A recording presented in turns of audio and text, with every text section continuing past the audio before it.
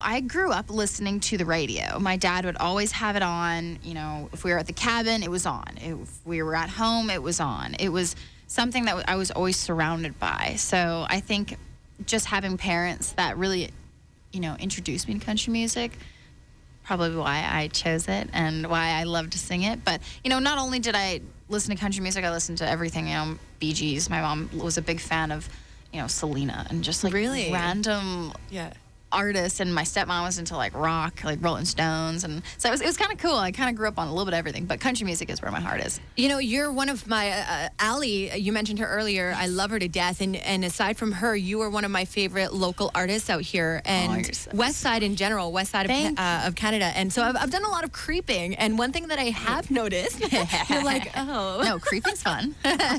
One thing I have noticed is that you have a wide variety of music interest. You have a big library because you do a lot of covers and you post those covers.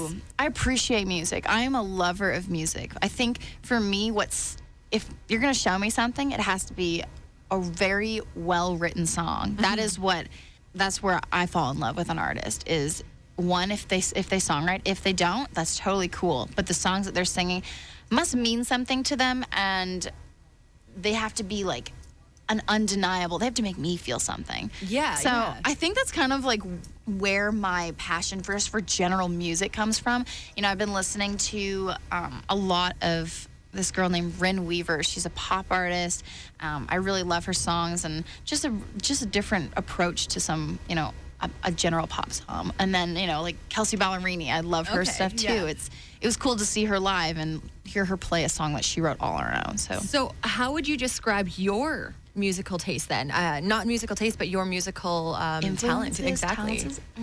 If I could blend two artists to give people an idea, give something to people to compare to, I would put the Dixie Chicks and Katy Perry in a room, and that would be kind of the sound that I want to go for, that fun, bouncy, little sass. Wow. But then, that you can bring it back down and, sing like Let 'Em Fly and, Traveling Soldier and, maybe a Katy Perry song that's Thinking of You. So I just think those artists not only are super talented in performing live, but their actual musicianship and the craft behind the songwriting for, Katy Perry, as you probably see in her movie and such.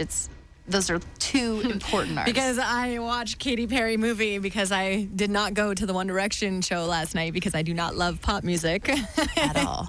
Now, Edmonton's own Livy Jean in studio with us this afternoon. Now, your career really got a kickstart when you won the Global Country Star Search in Edmonton back in 2010, quite a few years ago. It was. Tell us about that. I get it's crazy to think back like 5 years. Like, I've learned so much over these 5 years, How old would you have been when you did win that? I was 15. 15. Yeah. Wow. And it's been a whirlwind. What is this, your third album? This is, first debut album, and then I have 2 EPs. So I have Under the Radar, which is the first EP, and then I had a summer EP, We Are the Young. So Which Wrong Side of the Dirt, which had a lot of plays on country radio throughout Canada. Thank you. Everybody loved that hit. Sassy. So out of the last 5 years, what has been the biggest thing that you've learned and you've grown from?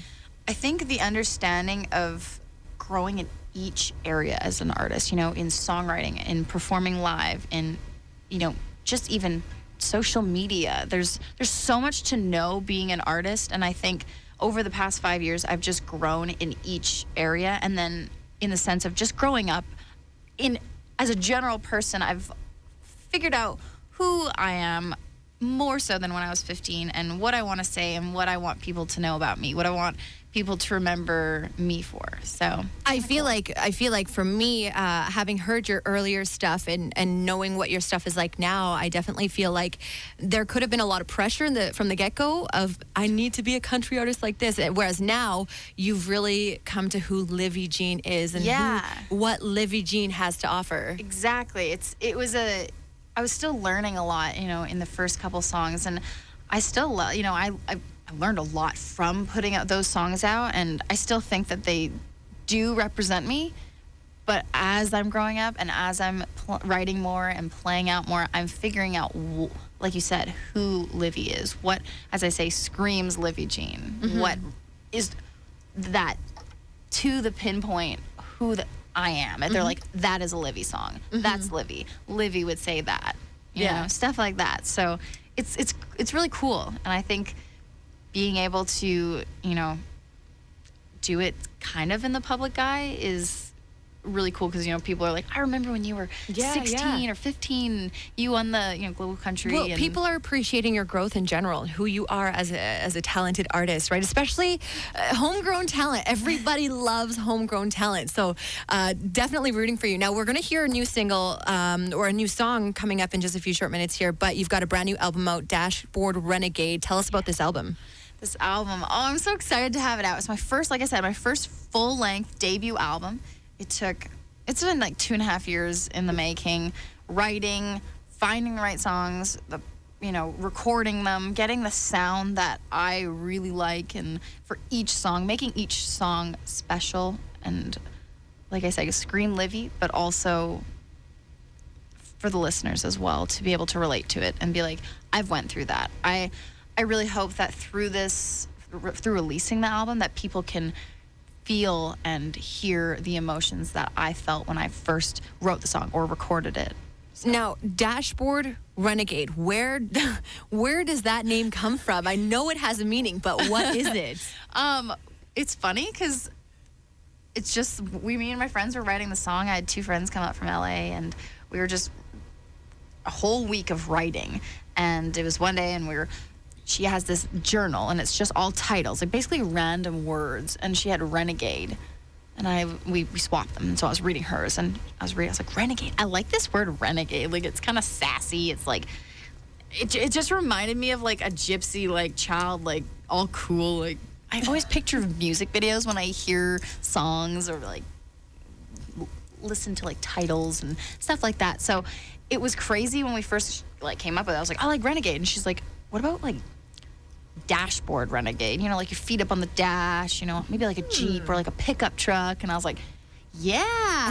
Hence the album art. Yeah. The album photo with your feet on the dashboard. Exactly. Which was like so unintentional. Like, I didn't even think about that. And I was like, oh, that fits. Like, that's kind of cool. So when we created Dashboard Renegades, it was just so effortless. We just like all felt like that summer song that we wanted to hear, that made you feel like, yes, like I want to get on the highway, I want to go camping, I want to go on an adventure, I want to see something, I want to try something new. So that's kind of where Dashboard Renegade basically was born and created. Okay, it's cool.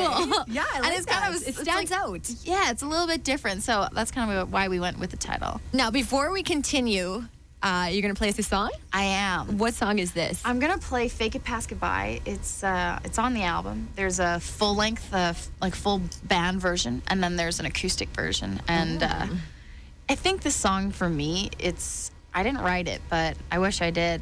But I'm so happy to sing it and have it on my album. It's one of those songs where you wake up and sometimes you're like, I'm not in a good mood. I have to put a smile on my face. And for me, I think a lot of that comes from when you have to say goodbye to someone. You have to like really force that smile and be like, it's going to be okay. It's going to be okay. And you pep talk yourself that. So I think that's why this song is so special to me. So hopefully you like it. And men and people in general, there's nothing more attractive than a woman playing a guitar. Am I right? And Livy Jean in studio live right now playing her own guitar. Here she is.